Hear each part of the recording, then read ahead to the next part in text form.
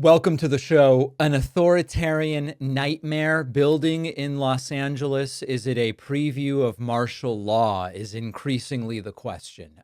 We know from looking at history what it looks like when authoritarians start testing the limits.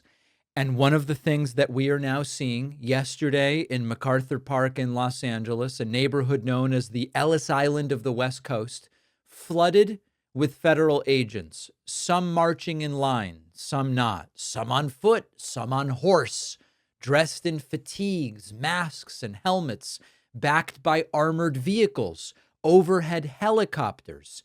Kids playing soccer outside were rushed indoors.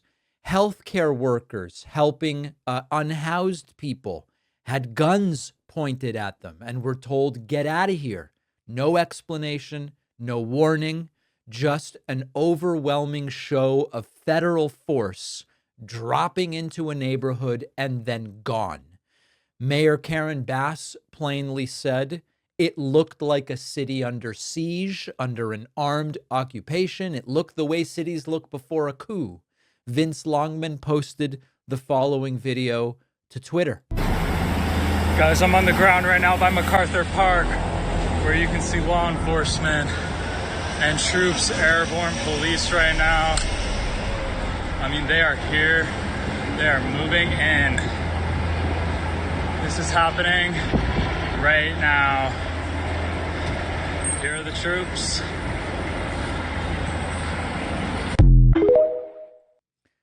During a Fox News interview, DHS Assistant Secretary McLaughlin, I believe it's Tricia McLaughlin, was asked, what about arresting the mayor of Los Angeles, Karen Bass? What about that? And McLaughlin says, we are keeping everything on the table. When you have scenes like you did out in LA today, where you have the mayor, Karen Bass, interfering with official federal officer proceedings, trying to enforce the laws that are put on the books by members of duly elected members of Congress. Are you all hesitant to just go out and arrest her, or has all of this behavior not reached that threshold yet? We're certainly keeping everything on the table, Charlie, but I want to ask Karen Bass, who is she protecting? Yeah, we are keeping everything on the table.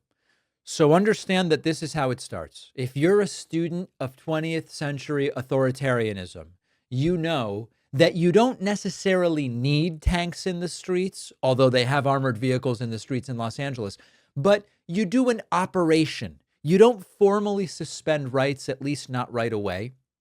You really surround yourself in the legal gray area, the deployments. You try to generate shrugs from the people in charge. Authoritarians don't typically kick the door down on day one. They test, they probe a little bit, they see who pushes back. Is it Gavin Newsom? Is it Karen Bass? Is it Democrats in Congress? And the truth is that right now, Trump's not getting that much resistance. These were not secret police whisking away dissidents in the night, at least not for now. This was a heavily armed federal force descended into a predominantly Latino neighborhood. They didn't coordinate with the city. They didn't coordinate with the state. They terrorized families, businesses, and children. And the messaging here is very clear, because when the Department of Homeland Security was pressed for an explanation, their spokesperson said, oh, it's an ongoing operation. That's it. Translation is, we don't have to tell you anything. We don't need your permission, or at least we don't care about it. You'd better start getting used to this. So this is bigger than just an immigration stunt. This is one of the main goals of authoritarians: create fear. Weeks ago, we had the deployment of 4,000 National Guard troops, 700 Marines to Los Angeles.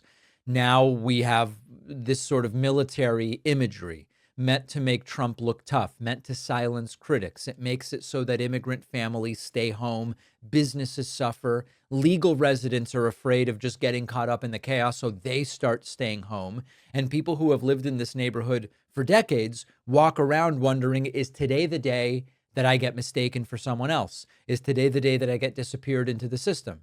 And meanwhile, you see the loyalists, the Tricia McLaughlins, the Caroline Levitts, the Stephen Millers, you see them fantasizing on Fox News about arresting elected officials who push back. So it's authoritarianism with more cameras and social media, and everybody's watching to answer the most important question. How far can they push before someone stops them? So I don't believe that what happened yesterday in MacArthur Park has anything to do with border security. I mean, it plainly doesn't have anything to do with border security. It's about dominating.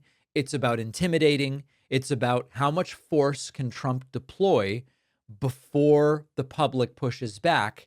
If the pushback never comes, he'll go further. If the pushback does come, he might use that to justify even more militarization. So they're doing it in plain sight. Call this a sort of test. But next time, it might not be a test anymore. Yesterday, reportedly, people were not getting arrested. Maybe next time they will. And so we have to be ready for the real thing. Is this a test for martial law? I don't know. I don't have some grand vision of every detail of the plan, but history tells us that this doesn't go in a good direction if what you care about is due process, democracy, and the rule of law. That's for sure.